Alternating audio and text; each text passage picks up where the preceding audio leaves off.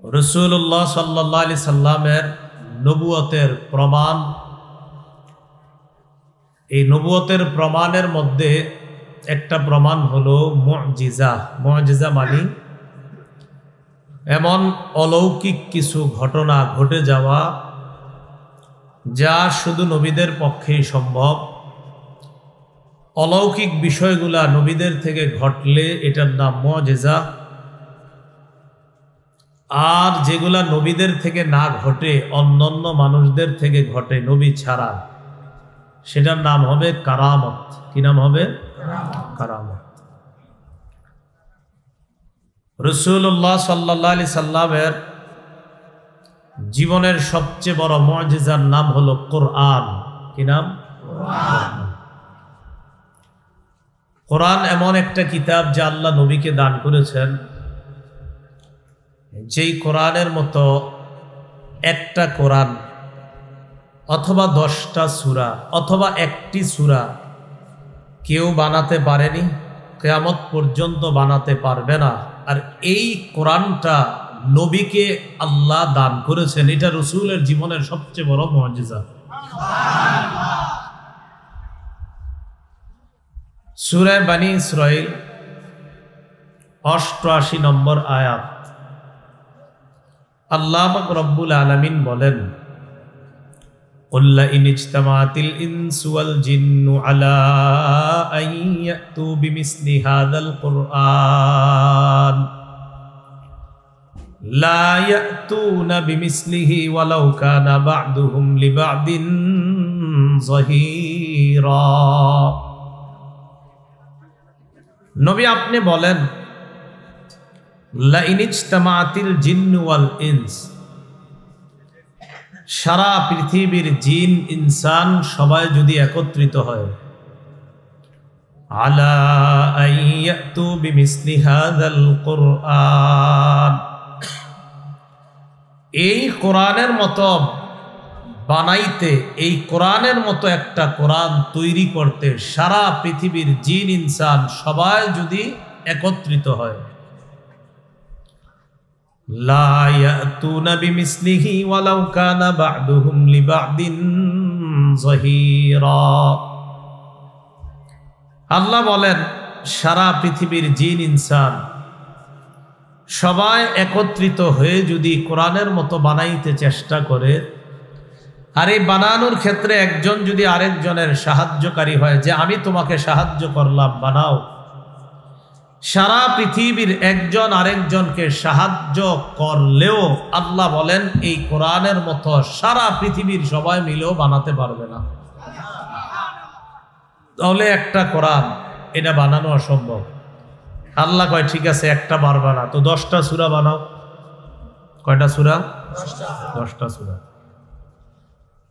সূরা হুদ 13 নম্বর 14 নম্বর আয়াতে আল্লাহ বলেন, আম ইয়াকুলুনা ইফতারাহ কুল ফাতু বিআশরি সুওয়ারিম মিসলিহি মুফতারায়াতিন ওয়াদউ মান ইসতাতাতুম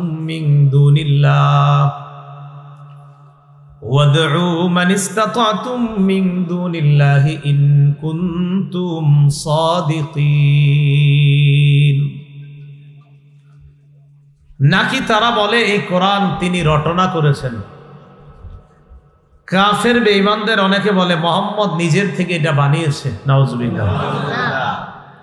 আল্লাহ কয় তোমাদের দাবি অনুযায়ী মুহাম্মদ যদি নিজের থেকে বানায়, তার মানে মানুষ কোরআন বানাইতে পারে তোমাদের দাবি অনুযায়ী। তো নবী আপনি তাদেরকে বলেন, তারা যেহেতু আপনার উপরে অপবাদ দেয় কোরআন আপনি বানিয়েছেন, কুল ফাতু বিআশরি সুওয়ারিম মিসলিহি মুফতারায়াত, তোমরা বানিয়ে 10টা সূরা আনো, তোমরা বানিয়ে 10টা সূরা আমার কাছে আনো। ওয়াদউ মান ইসতাতাতুম মিন দুনিল্লাহ, আল্লাহ ছাড়া তোমরা যারে পারো তাকে ডাকো। যদি তোমরা সত্যবাদী হও, আল্লাহ ছাড়া যারে পারো তারে ডাইকা 10টা সূরা বানায়া আমারে আইনা দেখাও। তোমাদের দাবি কোরআন মানুষ বানায়, তো তোমরা 10টা সূরা বানায়া দেখাও। এটাও পারে না। আল্লাহ কয় ঠিক আছে, তাহলে একটা। কয়টা সূরা? একটা। সূরা বাকারার 23 নম্বর 24 নম্বর আয়াতে আল্লাহ বলেন, وَإِن كُنتُمْ فِي رَيْبٍ مِّمَّا نَزَّلْنَا عَلَى عَبْدِنَا فَأْتُوا بِسُورَةٍ مِّن مِّثْلِهِ। তোমরা যদি সন্দেহের মধ্যে থাকো, মিম্মা নাজ্জালনা আলা আবদিনা, আমি আমার বান্দা মুহাম্মদ সাল্লাল্লাহু আলাইহি সাল্লামের উপর যা নাজিল করলাম, এই কোরআনের ব্যাপারে যদি তোমরা সন্দেহের মধ্যে থাকো, ফাতু বিসূরাতিম মিন মিসলি, তাহলে কোরআনের সূরার মতো একটা সূরা আমার কাছে বানায়া নিয়ে আসো। কয়টা সূরা? ওয়াদউ শুহাদাআকুম মিন দুনিল্লাহি ইন কুনতুম সাদিকিন। আল্লাহ ছাড়া তোমাদের যত সাক্ষী আছে সবাইরে ডাকো যদি সত্যবাদী হও। এটা 23 নম্বর আয়াত। 24 নম্বর আয়াতে আল্লাহ কয়, ফাইল্লাম তাফআলু, তোমরা পারো নাই, ওয়ালান তাফআলু, কিছুতেই পারবে না। আল্লাহ বলে তোমরা পারো নাই আর কিছুতে পারবেও না। আল্লাহ অগ্রিম জবাব দিয়ে দিছে, তোমরা পারো নাই বানাইতে আর কিছুতে পারবাও না। প্রথমে আল্লাহ বলেন পারো নাই আর পারবাও না।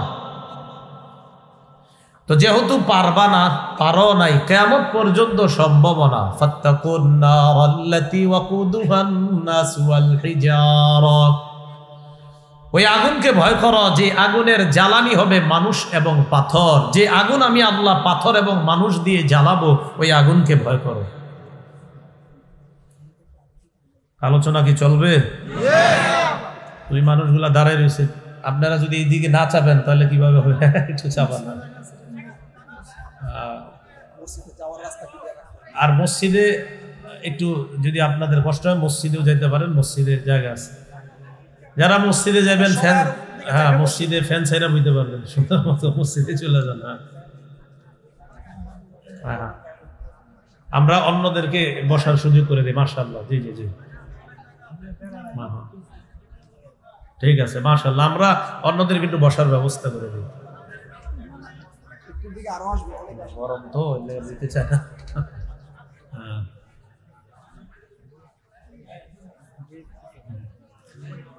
মাহফিলের 2-1 ভলান্টিয়ার ভাই, আপনারা একটু সুন্দর করে সবাইকে বসার ব্যবস্থা করে দেন। বিসমিল্লাহ।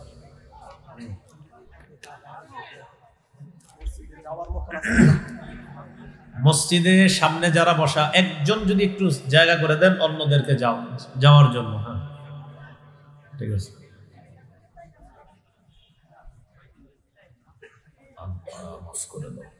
ঠিক আছে, বাস আমরা বসে যাই। আর ভলান্টিয়ার যারা আছেন 2-1 আপনারা ওই সাইডে দায়িত্ব পালন করে আস্তে আস্তে এক একজনকে বসায় দেওয়ার চেষ্টা করবেন।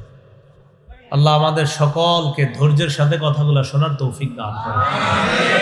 হ্যাঁ হ্যাঁ, বলে দেন, এই পাশে দিয়ে দেন।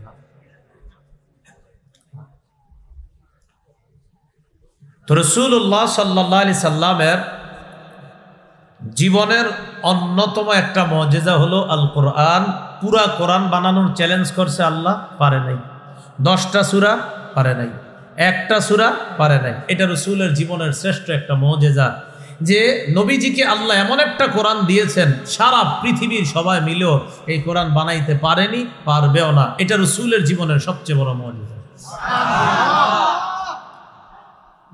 যে আয়াত আপনাদের সামনে তেলাওয়াত করলাম, মূলত এই বিষয়ে বলার জন্যই ভূমিকা টানলাম। রাসূলের জীবনের আরেকটা শ্রেষ্ঠ মুজিজা হলো, এই দুনিয়া থেকে আল্লাহ নবীজিকে সশরীরে জাগ্রত অবস্থায় সপ্ত আসমানের উপরে নিয়ে গেছেন। এটা জীবনের আরেকটা মুজিজা। এই বিষয়ে মূলত আপনাদের সামনে কথা বলার জন্য ভূমিকাটা টানলাম। সূরা বানী ইসরাঈলের 1 নম্বর আয়াত তেলাওয়াত করলাম, খুব মন দিয়ে শুনবো আমরা। রাসূলুল্লাহ সাল্লাল্লাহু আলাইহি সাল্লামের মেরাজ সম্পর্কে আমরা শুনবো 6টি অংশে আলোচনা। কয়টি? 6টি। 1 নাম্বার আবিধানিক পারিভাষিক অর্থ জানবো, এটা আজকে আমাদের প্রথম আলোচনা হবে। 2 নাম্বার জানবো মেরাজের আগে নবীজির অবস্থা কি ছিল। 3 নাম্বার মেরাজের প্রকৃত ঘটনা হাদিস থেকে আমরা জানবো। 4 নাম্বার জানবো মেরাজ থেকে আসার পরের দিন কি ঘটনা ঘটছে। 5 নম্বরে আমরা জানব রাসূলুল্লাহ সাল্লাল্লাহু আলাইহি সাল্লামকে বেঈমানরা যখন উত্ত্যক্ত করলো তখন রাসূল কি করছেন। 6 নম্বরে জানব মুসা নবী, ঈসা নবী, ইব্রাহিম নবী আর জিবরাইল দেখতে কেমন। এগুলা হাদিসে যদি থাকে তো আমরা জানবো ইনশাআল্লাহ। প্রথম আমরা যে বিষয়টা জানবো, 2টা আরবি শব্দ আমরা শিখবো আজকে। আমার সাথে বলেন ইসরা, মি'রাজ। একটা হলো ইসরা আর একটা হলো মি'রাজ। ইসরা আর মি'রাজ কাকে বলে? ইসরা এর আবিধানিক অর্থ হলো আস-সাইরু লাইলা, রাতের বেলা ভ্রমণ করা। রাত্রিকালীন ভ্রমণকে বলে ইসরা। রাত্রিকালীন ভ্রমণকে কি বলে? ইসরা। আল ইসরাউ লা ইয়াকুনু ইল্লা বিলাইল, রাত্র ছাড়া ইসরা সম্ভব না। চাটা আপনি পান করেন, আমি চা পান করি না। হ্যাঁ, এটা নষ্ট করেন না, আপনি খেয়ে ফেলেন না। তো এটা কিন্তু খাবেন যেও খান, নষ্ট করেন না। হ্যাঁ, ইসরা লা ইয়াকুনু ইল্লা বিল্লাইল, ইসরা রাত ছাড়া সম্ভব না। রাত্রিকালীন ভ্রমণকে বলা হয় ইসরা। পারিভাষিক অর্থ রিহলাতুন আরদিয়াতুন তাম্মাত বিকুদরতিল্লাহ লিরাসূলিল্লাহি সাল্লাল্লাহু আলাইহি ওয়াসাল্লাম মিনাল মসজিদিল হারাম ইলা বাইতুল মাকদিস। পারিভাষিক অর্থে ইসরা বলা হয় মসজিদে হারাম থেকে বাইতুল মুকাদ্দাস পর্যন্ত আল্লাহর কুদরতে রাসূল সাল্লাল্লাহু আলাইহি সাল্লামের রাত্রিকালীন যে ভ্রমণটা সংগঠিত হয়েছে এটাকে বলা হয় ইসরা। আমি দুটো পরে আপনাকে জিজ্ঞাসা করব, খালি সুবহানাল্লাহ কইব না, মুখস্থ করেন। ইসরার পারিভাষিক অর্থ হলো মসজিদে হারাম থেকে বাইতুল মুকাদ্দাস, যে বাইতুল মুকাদ্দাস ফিলিস্তিনের। ইনশাআল্লাহ আমরা আশাবাদী অচিরেই ফিলিস্তিন আমাদের হবে ইনশাআল্লাহ। এই বাইতুল মুকাদ্দাস পর্যন্ত আল্লাহর কুদরতে রাসূল সাল্লাল্লাহু আলাইহি সাল্লামের যে ভ্রমণটি হয়েছে এটাকে বলা হয় ইসরা। তাহলে আপনারা সংক্ষেপে একটা জবাব দেন তো, ইসরার সীমানাটা কোথা থেকে কদ্দূর? বাইতুল্লাহ থেকে বাইতুল মুকাদ্দাস, এটাকে বলা হয় ইসরা। আর মেরাজ কারে বলা হয়? সংক্ষেপে সহজে বুঝবেন, মেরাজ বলা হয় রিহলাতুন সামাওয়িয়াতুন তাম্মাত বিকুদরতিল্লাহি আযজা ওয়াজাল মিন বাইতুল মাকদিস ইলা সিদরাতিল মুনতাহা সুম্মা ইলা লিকাইল্লাহি আযজা ওয়াজাল। মেরাজ বলা হয় যেটা আল্লাহর কুদরতে সংগঠিত হয়েছে বাইতুল মুকাদ্দাস থেকে ইলা সামাওয়াতিল উলা, ঊর্ধ্ব আসমান পর্যন্ত, সুম্মা ইলা সিদরাতিল মুনতাহা, এরপর সিদরাতুল মুনতাহা পর্যন্ত, সুম্মা লিকাইল্লাহি সুবহানাহু ওয়া তাআলা, এরপর আল্লাহর সাথে সাক্ষাৎ পর্যন্ত যেটা হয়েছে এটার নাম মেরাজ। সুবহানাল্লাহ। ইসরা মেরাজ বাইতুল মুকাদ্দাস থেকে আল্লাহ পর্যন্ত, বাস এটা মেরাজ। তাহলে পার্থক্যটা মনে থাকবে না ইনশাআল্লাহ। ইসরার ব্যাপারে আল্লাহ পবিত্র কোরআনের সূরা বনী ইসরাঈলের 1 নম্বর আয়াতে বলেন, সুবহানাল্লাযী আসরা বিআবদিহি লাইলাম মিনাল মাসজিদিল হারাম ইলাল মাসজিদিল আকসা। পুত পবিত্রতা বর্ণনা করছি ওই রবের, ওই সত্তা, আল্লাযী আসরা বিআবদিহি লাইলাম মিনাল মাসজিদিল হারাম ইলাল মাসজিদিল আকসা, যিনি তার বান্দাকে রাতের বেলা ভ্রমণ করিয়েছেন মসজিদে হারাম থেকে মসজিদে আকসা পর্যন্ত। আল্লাযী বারাকনা হাওলা, যেই মসজিদে আকসার চারপাশটাকে আমি বরকতময় বানিয়েছি। কেন? লিনুরিয়াহু মিন আয়াতিনা, যেন আমি আমার নবীরে আমার নিদর্শন দেখাইতে পারি। এই নিদর্শন দেখানোর জন্য মসজিদে হারাম থেকে বাইতুল মুকাদ্দাস পর্যন্ত আল্লাহ রাত্রিকালীন তার নবীকে ভ্রমণ করিয়ে কুদরতিভাবে দ্রুত পৌঁছার ব্যবস্থা করছে। এগুলো ইসরার মেরাজের আবিধানিক অর্থ, পারিভাষিক অর্থ আমরা জানলাম। দ্বিতীয় আলোচনা আমাদের মেয়ারাজের আগে রাসূল সাল্লাল্লাহু আলাইহি সাল্লামের অবস্থা কি ছিল? সহিহ বুখারীর 3231 নম্বর হাদিস থেকে জানবো আমরা। এই হাদিসের বর্ণনাকারী আম্মাজান আয়েশা সিদ্দিকা রাদিয়াল্লাহু তাআলা আনহা। আম্মাজান আয়েশা সিদ্দিকা রাদিয়াল্লাহু তাআলা আনহা রাসূলুল্লাহ সাল্লাল্লাহু আলাইহি সাল্লামকে বললেন, হাল আতা আলাইকা ইয়াউমুন কানা আশাদ্দা মিন ইয়াউমি উহুদ। হুজুর, আপনার জীবনে কি উহুদের ময়দানে যে কষ্টের সম্মুখীন আপনি হয়েছেন এর চেয়ে কঠিন কোনো দিন কি আপনার জীবনে আসছে? আম্মাজান আয়েশা নবীজিরে বললেন, উহুদের ময়দানে আপনার দাঁত পর্যন্ত শহীদ করে দেওয়া হয়, তো এই উহুদের ময়দানে যে কষ্ট পাইছেন আপনি, এর চেয়ে কঠিন কোনো দিন কি আপনার জীবনে আসছে?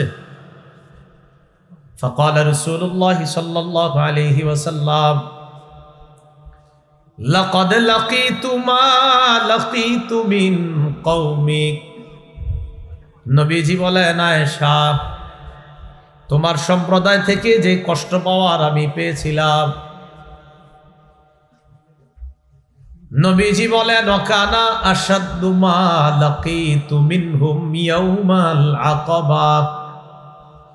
উহুদের ময়দানের চেয়ে ভয়ঙ্কর দিন আমার জন্য ছিল আরাফার ময়দান,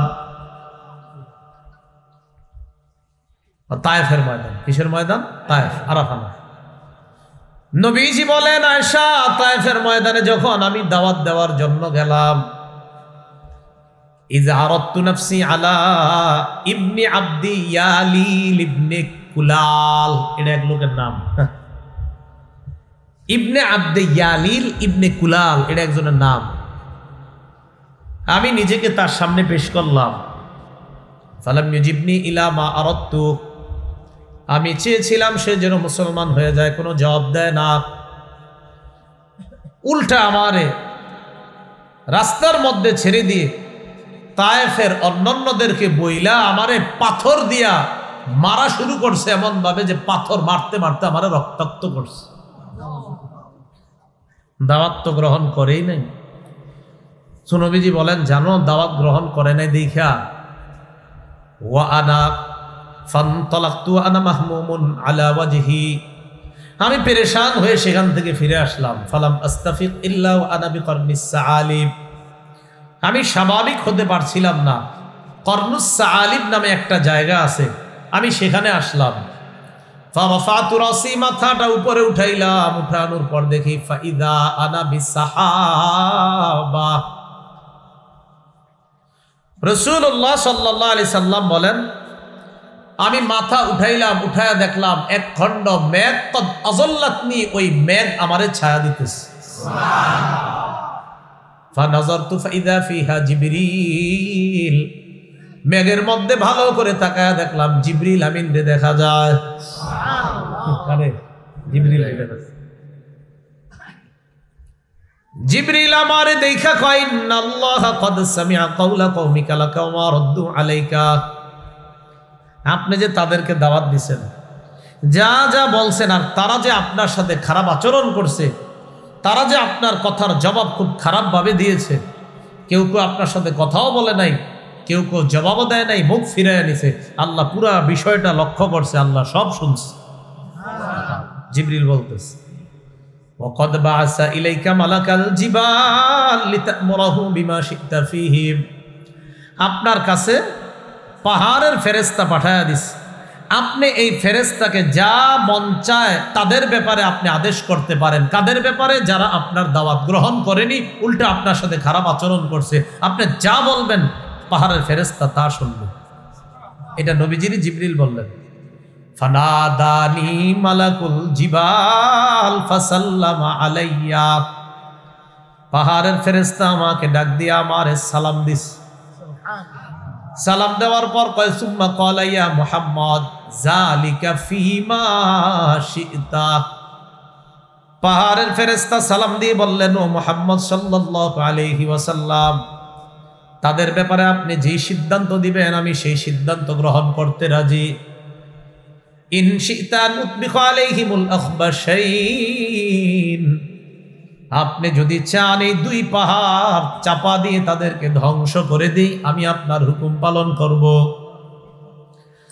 নবীজি জবাব দিলেন, বাল আরজু আইয়ুখরিজাল্লাহু মিন আসলাবিহিম মান ইয়াবুদুল্লাহ ওয়াহদাহু লা ইউশরিকু বিহি শাইআ।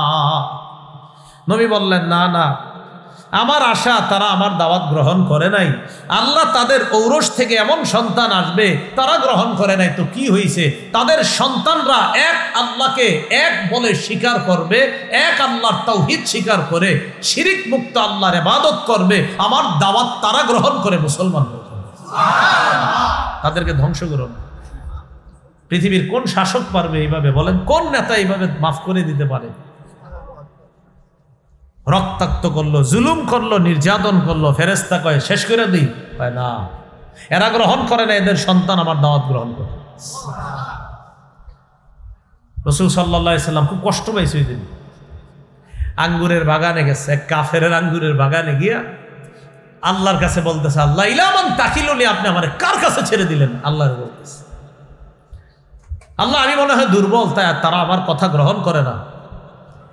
এই কথাগুলা যখন রাসূলুল্লাহ সাল্লাল্লাহু আলাইহি সাল্লাম বললেন, আল্লাহ কথার মাধ্যমে জবাব না দিয়া কর্মের মাধ্যমে আল্লাহ জবাব দিয়ে দিলেন, জিবরিল যাও, কথার জবাব হবে না, কর্ম দিয়ে জবাব হবে, হাবিবকে দুনিয়া থেকে আসমানে নিয়ে আসো। এই হলো রাসূলের মেরাজে যাওয়ার প্রেক্ষাপট তৈরি হয়ে গেল। রাসূল মক্কা থেকে মদিনায় হিজরত করার 1 বছর বা 1.5 বছর আগে মেরাজ হয়েছে, এটা মনে রাখবেন। বাস প্রসিদ্ধ এবং বিশুদ্ধ বর্ণনা অনুযায়ী হিজরতের 1 বছর বা 1.5 বছর আগে, অর্থাৎ মক্কা থেকে মদিনায় যাওয়ার 1 বছর বা, এই বিষয়গুলো লিখে রাখবেন, নোট করে রাখবেন যে মক্কা থেকে মদিনায় হিজরত করবে যখন নবী, এর 1 বছর বা 1.5 বছর আগে রাসূলের মেরাজ হয়েছে, এটা বিশুদ্ধ বর্ণনা। তো রাসূল সাল্লাল্লাহু আলাইহি সাল্লামকে যখন জিবরিল নিয়ে যাবে, নবীজি সাল্লাল্লাহু আলাইহি সাল্লাম মক্কায় রাতের বেলা ঘরের মধ্যে ঘুমাইতেছে। সুবহানাল্লাহ। সহিহ বুখারীর বর্ণনা 349 নম্বর হাদিস, এত বড় হাদিস, অনেক বড় হাদিস বুখারীর। তবে আমি আপনাদেরকে এখন বুখারীর বর্ণনা, মুসলিম শরীফের বর্ণনা শোনাবো, বাকি আগে বুখারীর বর্ণনাটা শুনে নেন। বুখারীর সামান্য একটু বর্ণনা শুনুন। 349 নম্বর হাদিসের অংশ বিশেষে নবীজি সাল্লাল্লাহু আলাইহি সাল্লামের সাহাবী আনাস বলেন, কানা আবু যাররিন রাদিয়াল্লাহু তাআলা আনহু ইউহাদ্দিস, আবু যার গিফারি রাদিয়াল্লাহু তাআলা আনহু বর্ণনা করেন, আন্না রাসূলুল্লাহ সাল্লাল্লাহু আলাইহি ওয়াসাল্লাম قال ففرج عن سقف بيتي وانا بمكة, আমি মক্কায় রাতের বেলা ঘুমাই, যেই ঘরে ঘুমাই ওই ঘরের ছাদ ফাঁকা করা হয়েছে। হঠাৎ দেখি ছাদ ফাঁকা, কি ঘটনা, কি ছাদ ফাঁকা হইল? মুহাদ্দিসিনে কেরাম লেখেন, ছাদ ফাঁকা হওয়া কি দরকার? কেন জিবরিল আমিন কি ছাদ ছাড়া আওয়ার জায়গা ছিল না? তো ছাদ দিয়ে কেন আসলো? মুহাদ্দিসিনে কেরাম লেখেন যে ছাদ ফাঁকা করে জিবরিল আজকে আসার অর্থ হলো এই যে নবী যেন প্রথমেই বুঝতে পারে আজকে অন্যরকম কিছু ঘটতে যাইতেছে, তাই জিবরাইল অন্য জায়গা দিয়ে না এসে আজকে ছাদ দিয়ে আসছে। সুবহানাল্লাহ। নবী বুঝতে পারে যে আলাদা কিছু ঘটবে আজকে। কি ঘটবে? যে এখন ছাদ ফাঁকা হয়েছে, একটু পরে আসমান ফাঁকা হয়ে আপনি যাবেন। আসমান তো আর ফাঁকা হবে না, আসমানের দরজা খোলা হবে। দেখেন আসতেছে বর্ণনা আমাদের। রাসূল সাল্লাল্লাহু আলাইহি সাল্লাম বলেন, আমি দেখলাম ছাদ, মানে আমি ঘরে শোয়া মক্কায়, তো ছাদ ফাঁকা হলো। ফানাজালা জিবরিল, জিবরিল ওই ছাদের যে ফাঁকাটা ওই দিক দিয়ে নামছে। সুবহানাল্লাহ। নামার পর ফাফারাজা সাদরি, এখানে একটু বর্ণনা আছে, আমার ঘর থেকে ঘুম থেকে উঠাইছি, উঠায় বাইরে নিয়ে গেছে, নিয়ে যায় কাবা চত্বরে হাতিমে কাবার পাশে আমারে বসাইছে। ফাফারাজা সদরি, আমার বুকটা ছিদ্র করছে, আমার বক্ষ বিদীর্ণ করছে, করার পর ফাগসালাহু বিমাই জমজম, জমজমের পানি দিয়ে আমার বুকটা ধুইছে। সুবহানাল্লাহ। জমজমের পানি পান করেননি? হাজী সাহেবরা কিছু আনলে এটা বেশি নেবেন, কোনটা? জমজমের পানি। সবাই খালি কয় কি আনছো? পানি খেজুর দিলে খুশি হয় না, এটা দিলে বেশি খুশি হবেন। জমজমের পানি যেই দিবে নিয়ে নেবেন, এটা বরকতি। সব সময় চেষ্টা করে একটু একটু মিশায় মিশায় প্রতিদিন জমজমের পানি খাবেন।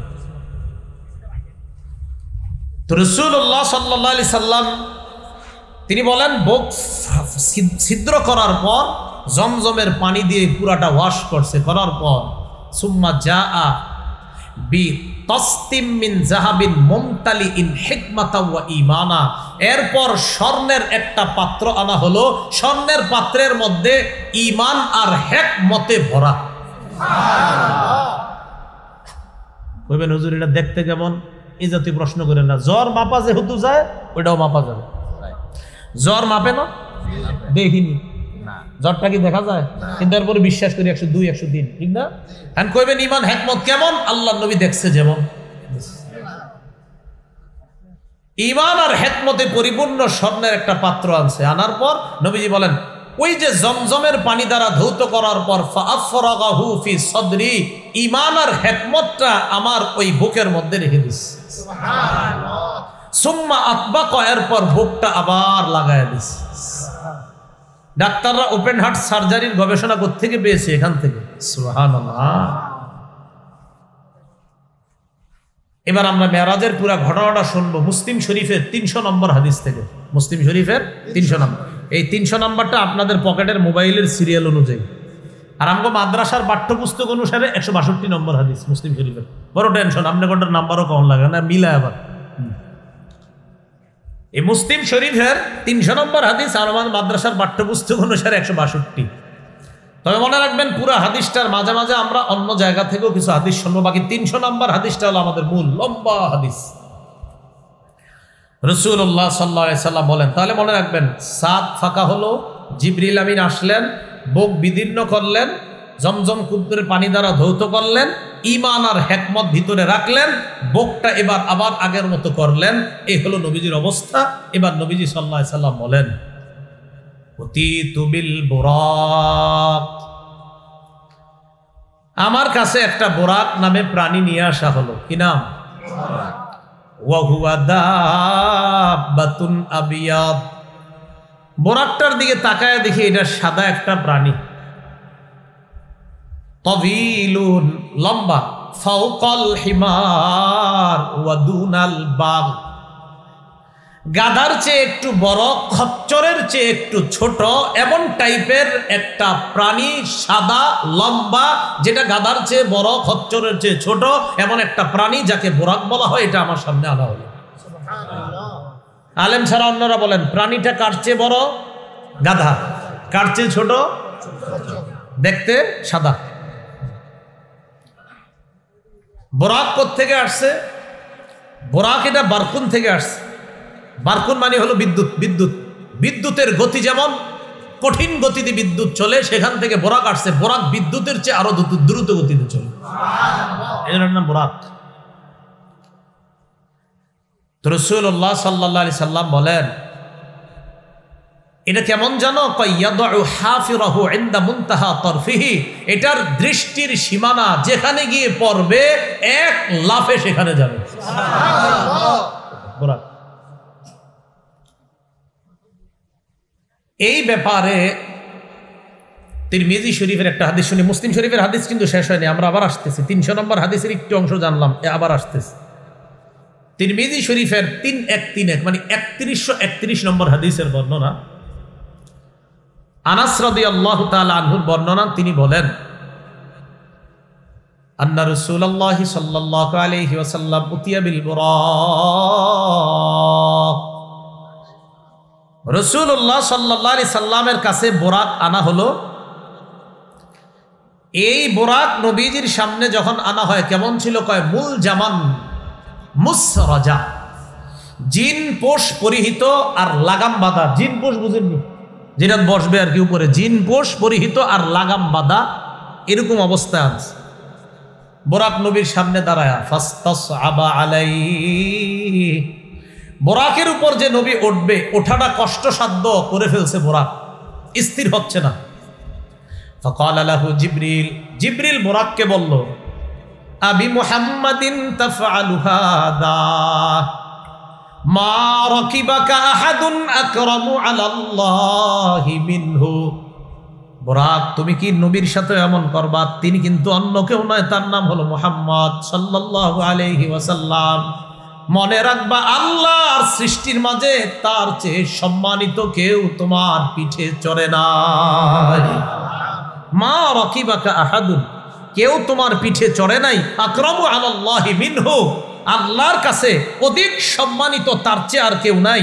মনে রাখবা আল্লাহর কাছে সবচেয়ে সম্মানিত মানুষটি যিনি, তিনি মুহাম্মদ সাল্লাল্লাহু আলাইহি সাল্লাম, তার চেয়ে শ্রেষ্ঠ কেউ তোমার পিঠে চড়ে নাই, এটা তুমি মনে রাখবা। রাসূল কয়, জিবরিল এটা বলার পর ফারফাদ্দা আরাকা, বুরাক তখন মানে রাসূলের এই কথা শুই না বুরাক ঘর্মাক্ত হয়ে গেছে শরীরে, বুরাকের শরীর ঘামায়া গেছে যে আমি কার সামনে এত লাফালাফি করলাম, শরীর ঘামায়া গেছে। এলো তিরমিজির বর্ণনা। এবার আবার মুসলিম শরীফের বর্ণনায় চলে আসে, বুরাক সামনে নবীজির, ওই যে 300 নম্বর হাদিস। فقال رسول الله صلى الله عليه وسلم ركبته حتى اتيت بيت المقدس, আমি বুরাকে চললাম, চলার পর বাইতুল মুকাদ্দাস পর্যন্ত আসলাম। আলেম ছাড়া অন্যরা জবাব দেন, বাইতুল্লাহ থেকে বাইতুল মুকাদ্দাস পর্যন্ত ভ্রমণকে কি বলা হয়? মাশাআল্লাহ মাশাআল্লাহ, ভালো ছাত্র, ইসরা। নবীজি বলেন রকিবতুহু হাত্তা আতাইতু বাইতুল মাকদিস, আমি বুরাকে চড়লাম, চড়ার পর বাইতুল মুকাদ্দাসে পৌঁছলাম। ফারাবাতুহু বিল হালকাতিল্লাতি কানা ইয়ারবিতু বিহিল আম্বিয়া, ওই খুঁটিটার মধ্যে আমি আমার বোরাকটাকে বাঁধলাম। সাধারণত নবীগণ ভ্রমণ করার পর এই মসজিদে যখন আসতেন তখন তারা তাদের বাহনটা যেই খুঁটির মধ্যে বাঁধতেন, আমিও আমার বোরাক ওই খুঁটির মধ্যে বাঁধলাম। নবীরা এই বাইতুল মুকাদ্দাসে আসতেন তো তারা একটা খুঁটির মধ্যে তাদের বাহনটা বাঁধতেন। নবীজি বলেন আমিও বোরাকটাকে ঠিক ওই খুঁটির সাথে বাঁধলাম যেই খুঁটিতে অন্যান্য নবীগণ তাদের বাহন বাঁধতেন। তো বাঁধার পর ফাদাখালতুল মাসজিদা, মসজিদে প্রবেশ করলাম। ফাসাল্লাইতু ফীহি রাকাতাইন, 2 রাকাত সালাত আদায় করলাম। অন্য বর্ণনায় সমস্ত নবীদেরকে সেখানে উপস্থিত করা হয়েছে, আর আমার নবীর পিছনে সবাই 2 রাকাত সালাতুন নফল সালাত আদায় করছে। সুবহানাল্লাহ। রাসূলুল্লাহ সাল্লাল্লাহু আলাইহি সাল্লাম বলে, নামাজ আদায় করার পর সুম্মা খরজতু, আমি বাইতুল মুকাদ্দাস থেকে বের হলাম। বের হওয়ার পর ফাজাআনি জিবরিল আলাইহিস সালাতু ওয়াস সালাম বিইনাইম মিন খামরিন ওয়া ইনাইম মিন লাবান, আমি মসজিদ থেকে বের হলাম। বের হওয়ার পর দেখি জিবরিল আমার সামনে 2টা পাত্র আনছে। কয়টা? 2টা। একটার মধ্যে মদ আর একটার মধ্যে দুধ, একটা মদ আর একটা দুধ। ফাখাসতুল লাবানা, আমি দুধের পাত্র নিলাম, নেওয়ার পর পান করলাম। জিবরিল আমিন আমাকে বললেন ইখতারতাল ফিতরাতা, আপনি সঠিকটা গ্রহণ করেছেন। সুবহানাল্লাহ। এই বর্ণনায় জানলাম নবীজি সাল্লাল্লাহু আলাইহি সাল্লাম দুধ আর মদের মধ্যে কোনটা গ্রহণ করছেন? দুধ। বুখারীর বর্ণনায় আসছে 349 নম্বর হাদিসে, বুখারীর 4709 নম্বর হাদিসে আসছে, আবু হুরায়রা রাদিয়াল্লাহু তাআলা আনহু বলেন উতিয়া রাসূলুল্লাহ সাল্লাল্লাহু আলাইহি সাল্লাম লাইলাতা উসরিয়া বিহি বিকাদাহাইনি মিন লাবানিন ওয়া খামরিন, নবীরে যেই রাতে বাইতুল মুকাদ্দাসে নিয়ে যাওয়া হয় সেই রাতে 2টা পাত্র দেওয়া হয়েছে, একটা মদের আর একটা দুধের। নবীজি সাল্লাল্লাহু আলাইহি সাল্লাম বলেন আমি দুধের পাত্রটা গ্রহণ করলাম, পান করলাম। জিবরিল আমিন তখন বললেন আলহামদুলিল্লাহিল্লাযী হাদাকা লিল ফিতরা, সমস্ত প্রশংসা আল্লাহ, যে আল্লাহ আপনাকে সঠিকটা গ্রহণ করার জন্য তৌফিক দান করছে। সুবহানাল্লাহ। জিবরিল কয় হাবিব লাউ আখাসতাল খামর, আপনি যদি দুধ না গ্রহণ করে মদ গ্রহণ করতেন, লাগাওয়াত উম্মাতুকা, আপনার সব উম্মত পথভ্রষ্ট হয়ে যেত। নাউযুবিল্লাহ। আপনি সঠিকটা গ্রহণ করছেন। রাসূলুল্লাহ সাল্লাল্লাহু আলাইহি ওয়াসাল্লাম এবার আবার রওনা করলেন। মনে আসেনি? কই আছে? বাইতুল মুকাদ্দাস থেকে বের হলেন। সুম্মা আরাজা বিনা ইলাস সামা, আল্লাহ নবী বলেন আমাকে প্রথম আসমান পর্যন্ত নিয়ে যায়। প্রথম আসমানের কাছে যাওয়ার পর ফাস্তাফতাহা জিবরিল, জিবরিল আসমানের দরজা খোলার অনুমতি চায়। জিবরিল দরজা খোলার অনুমতি চায়। বড় ফেরেশতার নাম কি? তো তিনি আবার আরেকজনের কাছে অনুমতি কেন চায়? খুব ভালো করে বুঝবেন। ফেরেশতা আর নবী বলেন, সব মানুষ বলেন, সবার চেয়ে শ্রেষ্ঠ কে? মুহাম্মদ সাল্লাল্লাহু আলাইহি সাল্লাম। তাহলে সবার চেয়ে শ্রেষ্ঠ ফেরেশতা জিবরিল, আবার তার চেয়ে শ্রেষ্ঠ মুহাম্মদ সাল্লাল্লাহু আলাইহি সাল্লাম। এমন এক নবীরই নিয়ে জিবরিল গেছে, যাওয়ার পর জিবরিল অনুমতি চাইতেছে। এই জায়গাটা মনে রাখেন, একটা গুরুত্বপূর্ণ কথা আছে এখানে, যে জিবরিল বড় ফেরেশতা হওয়ার পরেও অনুমতি চাইতেছে। ফাস্তাফতাহা জিবরিল, জিবরিল আসমান খোলার অনুমতি চাইলেন। ফাকিলা, আসমানের দারোগা পক্ষ থেকে বলা হলো, মান হাজা, কে তুমি? ক্বালা জিবরিল, জিবরিল জবাব দেয়, আমি জিবরিল। প্রথম আসমানের দারোগা ফেরেশতার নাম ইসমাইল, কিনা? তো তিনি বললেন, কে? কয় জিবরিল। তো জিবরিল আমিনকে এবার ওই প্রথম আসমানের যিনি দরজা খুলছে তিনি বলতেছে, ওমান মাআকা, আপনার সাথে কে? ক্বালা মুহাম্মাদুন সাল্লাল্লাহু আলাইহি ওয়াসাল্লাম, আমার সাথে আসমান জমিন এই জগৎ ওই জগৎ যত জগৎ আছে সব জগতে আল্লাহর পরে যিনি শ্রেষ্ঠ তিনি আমার সাথে আছে, মুহাম্মদ সাল্লাল্লাহু আলাইহি ওয়াসাল্লাম। এবার দেখেন কি কয় ফেরেশতা, কদ বুইসা ইলাইহি, আপনারা কি তাকে আনতে বলা হয়েছে? দেখেন কি কয়, আপনাকে কি বলা হয়েছে তাকে আনতে? জিবরিল আমিন জবাব দেয়, বুইসা ইলাইহি, হ্যাঁ তাকে আনার জন্য আমাকে পাঠানো হয়েছে, তাই আমি তাকে নিয়ে এসেছি। ফাফুতিহা লানা, আল্লাহর নবী বলেন আমাদের জন্য প্রথম আসমানের দরজা খুলে দেওয়া হলো। এবার মূল আলোচনা শুনেন এই জায়গা থেকে। জিবরিল সবচেয়ে বড় ফেরেশতা, আমাদের নবী আল্লাহর পরে সবচেয়ে শ্রেষ্ঠ। এর পরেও দেখেন ভদ্রতা কাকে বলা হয়, যে আমি যত বড় হই না কেন আরেকজনের বাসায় গেলে অনুমতি নিয়ে তার বাসায় প্রবেশ করা, এটা হলো ভদ্রতা। এখান থেকে এটা শিখেছি যে জিবরিল আমিন সবচেয়ে বড় ফেরেশতা, এরপরও ভদ্রতা, অনুমতি চাচ্ছে আমি ঢুকবো। রসুল সবচেয়ে শ্রেষ্ঠ, তার জন্য অনুমতি চাওয়া হচ্ছে। এটা আমাদেরকে আদব শিক্ষা দিচ্ছে। শোনো, তোমরা কোথাও গেলে এটা ভদ্রতা মনে রাখবা, তুমি যত বড় হও আরেকজনের বাসায় গেলা আর তুমি বড় হতে পারো, কিন্তু ভদ্রতা হলো অনুমতি চাওয়া। ঠিক আছে না কথা? এটা অনুমতি চাওয়া। রাসূলুল্লাহ সাল্লাল্লাহু আলাইহি সাল্লাম বলেন, প্রথম আসমানে গেলাম, ফাইদা আনা বি আদম, গিয়ে দেখি আব্বা আদম নবী। ফারহাবা বি ওয়া দাআলি বিখাইর, আদম নবী আমারে স্বাগত জানাইছে, মারহাবান বলে আমারে স্বাগত জানাইছে। আমার ছেলে আসছে, সুবহানাল্লাহ। ওয়া দাআলি বিখাইরিন, আমার জন্য কল্যাণের দোয়া করছে। কিসের দোয়া? কল্যাণের দোয়া করছে। তাহলে মুসলিম শরীফের 300 নম্বর হাদিস শুনতেছি। এই জায়গা থেকে আবার বুখারীর 349 নম্বর হাদিসের একটু অংশ শুনে আস। আমি বললাম জিবরিলকে, মান হাদা, জিবরিল এটাকে? জিবরিল আমিন জবাব দেয়, হাদা আদম, ইনি হলেন আদম। ওয়া হাদিহিল আসবিদাতু আন ইয়ামিনিহি ওয়া আন শিমালিহি নাসামু বানি, আদম নবীর ডানে এবং বামে যাদেরকে আপনি দেখছেন এরা হলো আদম নবীর সন্তান। একবার ডানে তাকায়, একবার বামে তাকায় আদম নবী। তো দেখে ডানে অনেক মানুষ দেখা যায়, বামে অনেক মানুষ দেখা যায়।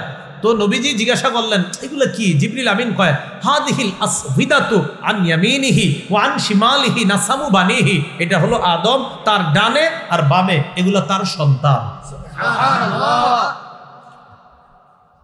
তো এবার জিবরিল আমিন নবীজিকে বলে, ফাআহলুল ইয়ামিনি মিনহুম আহলুল জান্নাহ, আদম নবীর ডান পাশে যারা তারা হলো জান্নাতি।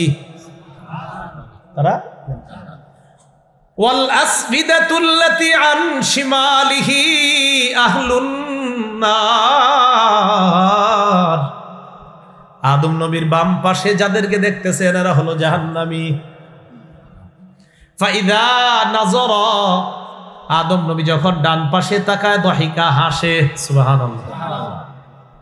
ওয়া ইযা নাযারা কিবালা শিমালিহি বাকা, আদম নবী যখন বাম পাশে তাকায় কান্না করে। ডান পাশে তাকাইলে হাসে, আমার এই সন্তানগুলা জান্নাতি, বাম পাশে তাকাইলে কান্না করে, আহারে এগুলা জাহান্নামী। আল্লাহ আমাদেরকে আব্বা জানের ডান পাশে যারা আছে তাদের অন্তর্ভুক্ত বানায় দিন। আমিন। আল্লাহ আমাদের সকলকে আপনি জান্নাতি বানায় দিন। আমিন। রাসূলুল্লাহ সাল্লাল্লাহু আলাইহি সাল্লাম বলেন, আদম আলাইহিস সালাতু ওয়াস সালামের সাথে সাক্ষাৎ করলাম। আবার রওনা করলাম উপরে, প্রথম আসমান শেষ, এবার দ্বিতীয় আসমানে রওনা করলাম। সুম্মা আরাজা বিনা ইলাস সামাইস সানিয়া ফাস্তাফতাহা জিবরিল আলাইহিস সালাতু ওয়াস সালাম। দ্বিতীয় আসমানের কাছে গেলাম, জিবরিল আমিন দ্বিতীয় আসমানের ফেরেশতার কাছে অনুমতি চায়। ফাকিলা মান হাদা, জিজ্ঞাসা করা হলো কে? জিবরিল আমিন জবাব দেয় আমি জিবরিল।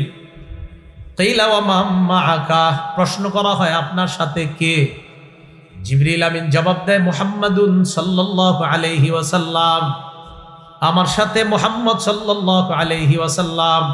প্রশ্ন করা হয় ওয়া কদ বুইসা ইলাইহি, তাকে আনার জন্য কি আপনাকে পাঠানো হয়েছে? জিবরিল আমিন জবাব দেয় বুইসা ইলাইহি, হ্যাঁ পাঠানো হয়েছে। ফাফুতিহা লানা, দ্বিতীয় আসমানের দরজাটা খুলে দেওয়া হয়। আমি দ্বিতীয় আসমানে গেলাম, যাওয়ার পর ফাইদা আনা বিইবনাইল খালা, আমি এমন দুইজনের সাথে সাক্ষাৎ করলাম, এমন দুইজনকে দেখলাম যেই দুইজন সম্পর্কে খালাতো ভাই। কি ভাই সম্পর্কে? খালাতো ভাই। একজন হলেন ঈসা ইবনে মারইয়াম, একজন হলেন মারইয়ামের সন্তান ঈসা, আরেকজন হলেন ইয়াহইয়া ইবনে জাকারিয়া, জাকারিয়া নবীর সন্তান ইয়াহইয়া। আমি দ্বিতীয় আসমানে খালাতো ভাই সম্পর্কে দুই ভাইয়ের সাথে সাক্ষাৎ হলো, একজন হলেন ঈসা আর একজন ইয়াহইয়া। এই দুই নবীর সাথে দ্বিতীয় আসমানে আমার দেখা হয়ে গেছে। সুবহানাল্লাহ। ফারহাবা ওয়া দাআওয়ালি বিখাইর, দুই নবী আমারে স্বাগত জানাইছে, মারহাবা বলছে, আমার জন্য এই দুই নবী কল্যাণের দোয়া করছে। নবীজি বলেন সুম্মা আরাজা বিনা ইলাস সামাইস সালিসা, 3 নাম্বার আসমানে গেলাম। ফাস্তাফতাহা জিবরিল, 3 নাম্বার আসমানে ঢোকার অনুমতি চাইলেন। ফাকিলা মান হাদা, প্রশ্ন করা হয় কে? জিবরিল আমিন জবাব দেয় আমি জিবরিল। ওয়া মা মাআকা, আপনার সাথে কে? জিবরিল আমিন জবাব দেয় মুহাম্মাদুন সাল্লাল্লাহু আলাইহি ওয়াসাল্লাম, আমার সাথে মুহাম্মদ সাল্লাল্লাহু আলাইহি ওয়াসাল্লাম। একই প্রশ্ন করা হয় কদ বুইসা ইলাইহি, তাকে আনার জন্য কি আপনাকে পাঠানো হয়েছে? জিবরিল আমিন জবাব দেয় বুইসা ইলাইহি, হ্যাঁ তাকে আনার জন্য আমাকে পাঠানো হয়েছে। ফাফুতিহা লানা, তৃতীয় আসমানের দরজা খুলে দেওয়া হয়। 3 নাম্বার আসমানে গেলাম, যাওয়ার পর ফাইদা আনা বিইউসুফ আলাইহিস সালাতু ওয়াস সালাম, ফাইদা হুয়া কদ উতিয়া শাতরাল হাসান, হঠাৎ আমার সাক্ষাৎ হয়ে যায় ইউসুফ নবীর সাথে। তাকায় দেখলাম সৃষ্টির অর্ধেক সৌন্দর্য ইউসুফ নবীরে দেওয়া হয়েছে। ইউসুফ নবীরে তাকায় দেখি সৃষ্টির অর্ধেক সৌন্দর্য ইউসুফ নবীরে দেওয়া হয়েছে। আমগো নবী কেমন সুন্দর, এটা না কইলে তো আমার আবার খারাপ লাগবে। আমগো নবীটা দুটো কওয়া দরকার। আমাদের নবীজি কেমন সুন্দর, সহিহ বুখারীর হাদিস থেকে জানি। সহিহ বুখারীর বর্ণনা 3552 নম্বর হাদিস। বারা ইবনে আযিব রাদিয়াল্লাহু তাআলা আনহুর বর্ণনা, তাকে জিজ্ঞাসা করা হলো আকানা ওয়াজহু রাসূলিল্লাহ সাল্লাল্লাহু আলাইহি সাল্লাম মিসলা সাইফ, রাসূলুল্লাহ সাল্লাল্লাহু আলাইহি সাল্লামের চেহারা মোবারকটা কি তরবারির মতো সুন্দর ছিল? তখন বারা ইবনে আযিব জবাব দিলেন লা বাল মিসলাল কমার, না না বরং চাঁদের মতো সুন্দর ছিল। সুবহানাল্লাহ। সহিহ বুখারীর 3556 নম্বর হাদিসের মধ্যে আসছে, বারা ইবনে আযিব রাদিয়াল্লাহু তাআলা আনহু বলেন, কাব ইবনে মালিক রাদিয়াল্লাহু তাআলা আনহু বলেন, আমি নবীজির কাছে গেলাম। ফালাম্মা সাল্লামতু আলা রাসূলিল্লাহ সাল্লাল্লাহু আলাইহি সাল্লাম, আমি নবীজির সাথে সাক্ষাৎ করলাম। সাক্ষাৎ করার পর ওয়া হুয়া ইয়াবরুকু ওয়াজহুহু মিনাস সুরুর, তাকায় দেখলাম নবীজির চেহারা মোবারকটা আনন্দে ঝলঝল করতেছে। ওয়াইদা কানা রাসূলুল্লাহ সাল্লাল্লাহু আলাইহি সাল্লাম ইদা সুররা, নবীজি যখন আনন্দিত হইতো চেহারাটার দিকে তাকাইলে মনে হতো কান্নাহু কিতাআতু কমার, যেন চাঁদের টুকরাটা হাসতেছে। সুবহানাল্লাহ, নবীজির সৌন্দর্যতার অবস্থা। আনাস ইবনে মালিক কি বলেন? সহিহ বুখারীর 3547 নম্বর হাদিসে আনাস রাদিয়াল্লাহু তাআলা আনহু বলেন, কানা রাবাতাম মিনাল কওম, তিনি মানুষের মাঝে মাঝারি গড়নের ছিলেন। লাইসা বিত তাবিল, বেশি লম্বা ছিলেন না, ওয়ালা বিল কসির, বেশি খাটো ছিলেন না। কয় কেমন? কয় সুদর্শন। একজন মানুষ পৃথিবীতে সবচেয়ে সুন্দর হইলে যেমন আল্লাহ তারে বানাইছে তেমন। সুবহানাল্লাহ। কয় কালারটা কেমন? কয় আজহারুল লাউন, লাইসা বিআবিয়াদ আমহাকা ওয়ালা বিআদামা, ধবধবে সাদাও না আবার তামাট বর্ণের না, মাটির কালার না। কাছে তাহলে কেমন?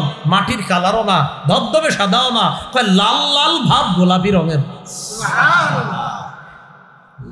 লাল লাল ভাব গোলাপি রঙের। লাইসা বিজাদিন কাতিতিন, চুলগুলা একেবারে কোকড়ানো না, ওয়ালা সাবতিন রাজিলিন, আবার একবারে লম্বা সরু, একদম সোজা লম্বা না। তাহলে কেমন? দেখলেই মনে হতো চুলগুলা যেন বাতাসে ঢেউ খেলতেছে। ইদানিং মানুষ ফ্যাশন খোঁজে। আরে আমগো নবীর সৌন্দর্য খোঁজেন মিয়া, খুঁজলে দেখবেন এমন সৌন্দর্য আপনি দুনিয়াতে খুঁজেই পাবেন না। ওই অমুকরে তমুকরে খুঁজা প্যান্ট পরে ছিঁড়া, এই করে কি করে না করে, কি আমগো নবীর চেয়ে সুন্দর হবে? জিন্দিগিতেও না। আর মা বোন যারা বয়ান শুনতেছেন, আপনারা আম্মা জান আয়েশা সিদ্দিকার সৌন্দর্যতা পড়বেন, তাহলে দুনিয়ার অন্য নারীদেরকে আর আপনারা আইডল মানতে হবে না। রাসূলুল্লাহ সাল্লাল্লাহু আলাইহি সাল্লাম এমন ছিলেন, চুলগুলা কোকড়ানো না, লম্বাও না। এরপরে বলতেছে নবীজি যখন ইন্তেকাল করলেন, লাইসা ফি রাসিহি ওয়ালা লিহিয়াতিহি, চুল আর দাড়ির মধ্যে 20 শা'রাতান বাইদা, সাদা 20টা চুলও খুঁজে পাওয়া যায় নাই। তো নবীজি ইউসুফ নবীর সামনে কোন নাম্বার? 3 নাম্বার আসমানে ইউসুফ নবীরে অর্ধেক সৌন্দর্য দেওয়া হয়েছে, আমাদের নবীকে সবচেয়ে সৌন্দর্য বানানো হয়েছে। রাসূলুল্লাহ সাল্লাল্লাহু আলাইহি সাল্লাম বলেন, ইউসুফ নবীর সামনে যখন আমি বসা, রাহহাবা অভিবাদন জানাইছে, মারহাবা বলছে, ওয়া দাআলি বিখাইর, আমার জন্য কল্যাণের দোয়া করছে। সুম্মা আরাজা বি ইলাস সামাইর রাবিআ, 4 নাম্বার আসমানে আমাকে নিয়ে যায়। ফাস্তাফতাহা জিবরিল, জিবরিল আমিন অনুমতি চায়। আবার একই প্রশ্ন, কে? আমি জিবরিল। আপনার সাথে কে? মুহাম্মদ সাল্লাল্লাহু আলাইহি সাল্লাম। ওনাকে আনতে আপনাকে পাঠানো হয়েছে? হ্যাঁ, আমাকে পাঠানো হয়েছে তাকে আনার জন্য। চিন্তা করছেন, প্রত্যেকটা আসমানে প্রশ্ন করতেছে, ভদ্রতা শিক্ষা দেওয়া হচ্ছে।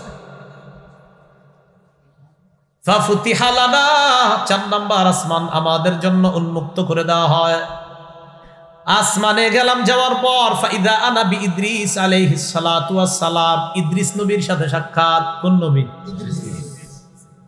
আল্লাহ পাক বলেন, ওয়া রাফা'নাহু মাকানান আলিয়া, আমি ইদ্রিসকে সর্বোচ্চ অনেক উপরে উন্নীত করেছি, উঁচু স্থানে আমি তাকে উন্নীত করেছি। এর দ্বারা উদ্দেশ্য হলো আমি 4 নাম্বার আসমানে ইদ্রিস নবীকে উঠায় তাকে আমি মর্যাদা দান করছি। ইদ্রিস নবী আমারে বললেন রহহাবা, মারহাবা বলে স্বাগত জানাইলেন। ওয়া দাআলি বিখাইর, কল্যাণের দোয়া করলেন। সুম্মা আরাজা বি ইলাস সামাইল খামিসা, 5 নাম্বার আসমানে আমাকে নিয়ে যায়। আবার জিবরিলকে কি প্রশ্ন করা হয়? আর বলতে হবে ওগুলা? পারবেন না ইনশাআল্লাহ বলতে পুরাটা? সবগুলা প্রশ্নের জবাব দেওয়ার পর ফাফুতিহা লানা, 5 নাম্বার আসমান খুলে দেওয়া হয়। 5 নাম্বার আসমানে গেলাম, যাওয়ার পর ফাইদা আনা বিহারুন আলাইহিস সালাতু ওয়াস সালাম, হারুন নবীর সাথে আমার সাক্ষাৎ। রহহাবা বি ওয়া দাআলি বিখাইর, হারুন নবী আমাকে স্বাগত জানায়, মারহাবা বলেন, কল্যাণের দোয়া করেন। সুম্মা আরাজা বি ইলাস সামাইস সাদিসা, 6 নাম্বার আসমানে নিয়ে যায়। ফাইদা আনা বি মূসা আলাইহিস সালাতু ওয়াস সালাম, মূসা নবীর সাথে আমার সাক্ষাৎ হয়। মূসা নবী আমাকে স্বাগত জানায়, দাআলি বিখাইরিন, কল্যাণের দোয়া করে। সুম্মা আরাজা বি ইলাস সামাইস সাবিআ, 7 নাম্বার আসমানে যায়। ফাইদা আনা বি ইব্রাহিম আলাইহিস সালাতু ওয়াস সালাম, ফাইদা হুয়া, আমি দেখলাম ইব্রাহিম নবীর সাথে আমার সাক্ষাৎ। 7 নাম্বার আসমান। 7 নাম্বার আসমানে যখন ইব্রাহিম নবীর সাথে সাক্ষাৎ হয়, তাকায় দেখলাম মুসনিদান যহরাহু ইলাল বাইতুল মামুর, ইব্রাহিম নবী বাইতুল মামুরের সাথে হেলান দিয়ে বসা। কি দিয়ে বসা? তাহলে 7 নাম্বার আসমানে ইব্রাহিম নবী বাইতুল মামুরের সাথে হেলান দিয়ে বসা। এটা হলো কাবার একদম বরাবর উপরে 7 নাম্বার আসমানে একটা ঘর। ফাইদা হুয়া ইয়াদখুলুহু কুল্লা ইয়াউমিন ৭০,০০০ মালাক, বাইতুল মামুরে প্রতিদিন ৭০,০০০ ফেরেশতা প্রবেশ করে। লা ইয়াউদুনা ইলাই, একদিন প্রবেশ করে ইবাদত করে চলে যাওয়ার পর কিয়ামত পর্যন্ত দ্বিতীয়বার আসার আর সুযোগ তাদের হয় না। সুবহানাল্লাহ, মানে ৭০ চলতে থাকবে আর চান্স পাবে না যারা একবার আসছে। এটার নাম কি? বাইতুল মামুর। তো এই বাইতুল মামুরের সাথে ইব্রাহিম নবী হেলান দিয়ে বসা। ইব্রাহিম আলাইহিস সালাতু ওয়াস সালামের সাথে সাক্ষাৎ যখন হয়েছে, এই জায়গায় একটা বর্ণনা শুনি, তিরমিজি শরীফের 3642 নম্বর হাদিস। ক্বালা রাসূলুল্লাহ সাল্লাল্লাহু আলাইহি ওয়াসাল্লাম, নবী বলেন, আমি যখন ইব্রাহিম নবীর সাথে সাক্ষাৎ করলাম, সাক্ষাৎ করার পর ইব্রাহিম নবী আমাকে বললেন, ইয়া মুহাম্মদ আকিরি, মুহাম্মদ আপনি একটা কাজ করবেন, আপনাকে আমি কাজটা দেই, শুনবেন নি? আকিরি উম্মাতাকা মিন্নিস সালাম, আপনার উম্মতকে আমার পক্ষ থেকে সালাম পৌঁছায় দিবেন। সুবহানাল্লাহ, উম্মতকে সালাম দিস।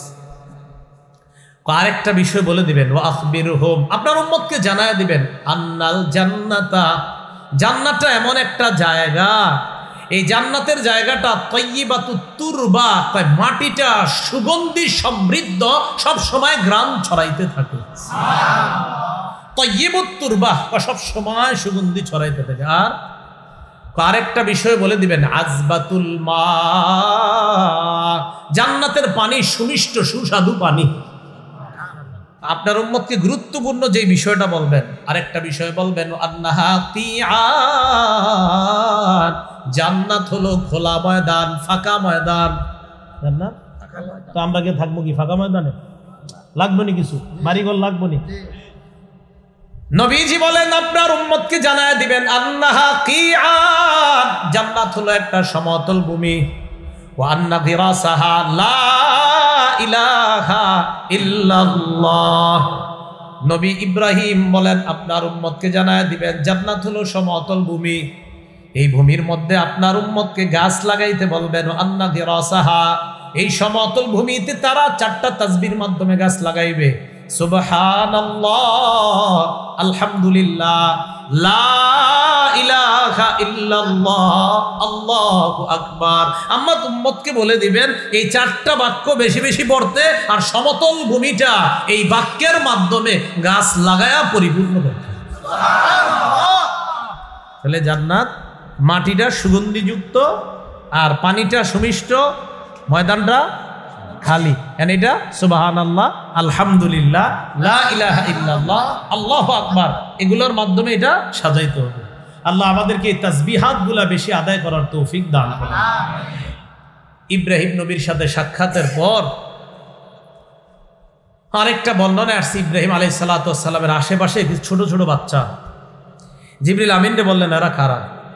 যারা মারা গেছে এমন অবস্থায়, মা বাবা নিয়ত করছিল আলেম বানাবে, হাফেজ বানাবে, বানাইতে পারে না, আগে মারা গেছে। আল্লাহ পাক ইব্রাহিম নবীর ক্লাসে ভর্তি করায় দিয়া ওই আশা আল্লাহ পূরণ করবে। এই হলো 7 নাম্বার আসমান। সুম্মা আরাজা বি ইলা সিদরাতিল মুনতাহা, এরপর আমাকে সিদরাতুল মুনতাহার কাছে নিয়ে যাওয়া হয়। সিদরা এটা হলো 7ম আসমানে, আরশের ডান পাশে একটা কুল জাতীয় গাছ, কুল বৃক্ষ, কুল বড়ি বলেন না, এই কুল জাতীয় গাছ আরশের ডান পাশে। এই গাছটা এমন, রাসূল সাল্লাল্লাহু আলাইহি সাল্লাম বলেন, ফালাম্মা গাশিয়া মিন আমরিহি মা গাশিয়া, এই গাছটার উপরে যখন আল্লাহর কোনো হুকুম আসে, এটা তাগায়্যারাত, রংটা এত পরিবর্তন হয়, পৃথিবীর কোনো মানুষের ভাষা নাই সেই রঙের বর্ণনা দেওয়া। সুবহানাল্লাহ, নবীজি বলেন, আমি এটার পাতা দেখছি আর এটার ফলগুলা দেখছি, ফাইদা ওয়ারাকুহা কাআজনাম, আমি এটার পাতা দেখে দেখলাম, ফাইদা ওয়ারাকুহা কাআজানিল ফিল, আমি দেখলাম হাতির কানের মতো এটার পাতাগুলা বড় বড়, ওয়াসামারুহা কাল তিলাল, এটার ফলগুলা বিশাল বড় বড় ড্রামের মতো, বিশাল বড় বড় মটকার মতো। তাহলে পাতাগুলা হাতির কানের মতো আর ফলগুলা বিশাল বড় বড় মটকার মতো। সিদরাতুল মুনতাহা, মুনতাহা মানে সমাপ্ত, বলেন মুনতাহা মানে সমাপ্ত। সিদরাতুল মুনতাহা মানে হলো সমস্ত মাখলুকাতের জ্ঞানের সমাপ্তি, যেখানে গিয়ে শেষ। এরপর কি আছে আল্লাহ ভালো জানে, এরপর কি আছে কে জানে? আল্লাহ। এই একটা বর্ণনা। আরেকটা, ফেরেশতারা সিদরাতুল মুনতাহা পর্যন্ত, এতটুক পর্যন্ত তাদের সমাপ্তি, এরপর কি ফেরেশতাদের আর জানা দরকার নাই। ফেরেশতারা সিদরাতুল মুনতাহা পর্যন্ত যেতে পারে, এতটুকু গিয়ে আল্লাহর হুকুম বিধিনিষেধগুলা শোনে, তো মুনতাহা মানে সমাপ্ত। মাখলুকাত যা আছে সবার সমাপ্তি ওখানে শেষ হয়ে যায়।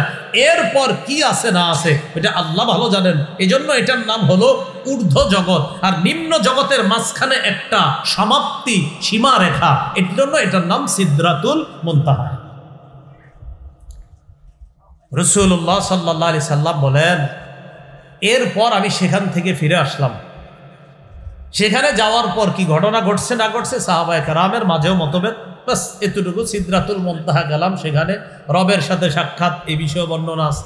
সেখান থেকে যখন ফিরে আসলাম, আসার সময় ফারাজাতু ইলা মুসা, মুসা আলাইহিস সালামের কাছে আসলাম। মুসা নবী আমাকে বলে, ঘটনা কি, কি দিছে আপনাদের, কিছু দিছেনি? তো রাসূলুল্লাহ সাল্লাল্লাহু আলাইহি সাল্লাম বলেন, সিদরাতুল মুনতাহা যখন গেছি, আওহা ইলাইয়া মা আওহা, আল্লাহ আমার প্রতি ওহী যা নাজিল করার তা নাজিল করলেন। আল্লাহ পাক রব্বুল আলামিন ফারাদা আলাইয়া 50 সালাতান ফি কুল্লি ইয়াউমিন ওয়া লাইলা, রাতে দিনে 50 ওয়াক্ত নামাজ ফরজ করছে। সুবহানাল্লাহ। মুসা আলাইহিস সালামের সাথে সাক্ষাৎ। মুসা আলাইহিস সালাতু ওয়াস সালাম কয়, মা ফারাদা রাব্বুকা আলা উম্মাতিকা, আপনার রব আপনার উম্মতের জন্য ফরজ করছে কি, আমার একটু কোন। নবীজি বললেন 50 সালাতান, 50 ওয়াক্ত নামাজ। মুসা নবী বলেন, ইরজি ইলা রাব্বিকা ফাসআলহু তাখফিফা, রবের কাছে যান, যাওয়ার পর এই বিধানটা একটু হালকা করে দিতে বলেন। ফাইন্নী বালাউতু কওমি, আমি আমার উম্মতরে পরীক্ষা করছি। বালাউতু বানি ইসরাঈলা, বনি ইসরাঈলরে আমি পরীক্ষা করছি। ও খবর তুহুম, তাদেরকে পরীক্ষা কইরা আমার অভিজ্ঞতা আছে, এজন্য অভিজ্ঞতার আলোকে বললাম। ফাইন্না উম্মাতাকা লা ইউতিকুনা যালিকা, আপনার উম্মত 50 ওয়াক্ত নামাজ পড়বে না। কত তো সত্যি কথাই কইছে। জি যেমনি আসতে কইতাছে, মনে হয় যে 5 ওয়াক্তই পড়ে। হ্যাঁ, মানে 5 ওয়াক্তই মনে পড়ে, এরকম ভাবনা যে হুজুর 5 ওয়াক্ত তো পড়ি। তো নবীজি গেছে, রাসূল বলেন, আমি আল্লাহর কাছে গেলাম, গিয়ে বললাম, আল্লাহ কমায় দেন। ফাহাত্তু আলাইয়া 5 সালাওয়াত, আল্লাহ 5 ওয়াক্ত কমায় দিয়েছে। কয় ওয়াক্ত? নবীজি বলেন, ফালাম আজাল আরজিউ, কয় ফালাম আজাল আরজিউ বাইনা রাব্বি তাবারাকা ওয়া তাআলা ওয়া বাইনা মূসা, আল্লাহর কাছে আর মূসা নবীর কাছে আসা যাওয়ার মাঝে আসি। আসি আরবার যান, আবার যাই, আবার 5 ওয়াক্ত কমায়, এই আসা যাওয়ার মাঝখানে চলতেছে। শেষমেশ আল্লাহ 45 ওয়াক্ত কমায়া বলছে, ইন্নাহুন্না 5 সালাওয়াত, 5 ওয়াক্ত আছে। এই 5 ওয়াক্ত থাকার পর হাবিবকে বললেন, হাবিব লিকুল্লি সালাতিন আশারা, এক ওয়াক্তের জন্য 10 নেকি। ফাহিয়া 50 সালাতান, 5 ওয়াক্ত তো 10 নেকি হলে 5 10 50, আগে 50 ওয়াক্ত পড়লে দিতাম 50 নেকি, এখন 5 ওয়াক্ত পড়লেই 50 ওয়াক্তের নেকি। সুবহানাল্লাহ। তো মুসা আলাইহিস সালামের কাছে 5 ওয়াক্ত নিয়ে যখন আসছে, কয় কত? কয় 5 ওয়াক্ত। আপনি আবার যান, কমায় আনেন। তো নবীজি বলে, ফাস্তাহইয়াইতু মির রাব্বি, আমার লজ্জা লাগতেছে আর যাইতে। এটা নবীজি বলছে, আমার লজ্জা লাগতেছে। তো এটা নিয়ে 5 ওয়াক্ত নিয়ে রাসূল সাল্লাল্লাহু আলাইহি সাল্লাম চলে আসলেন। এইগুলো তৃতীয় আলোচনা।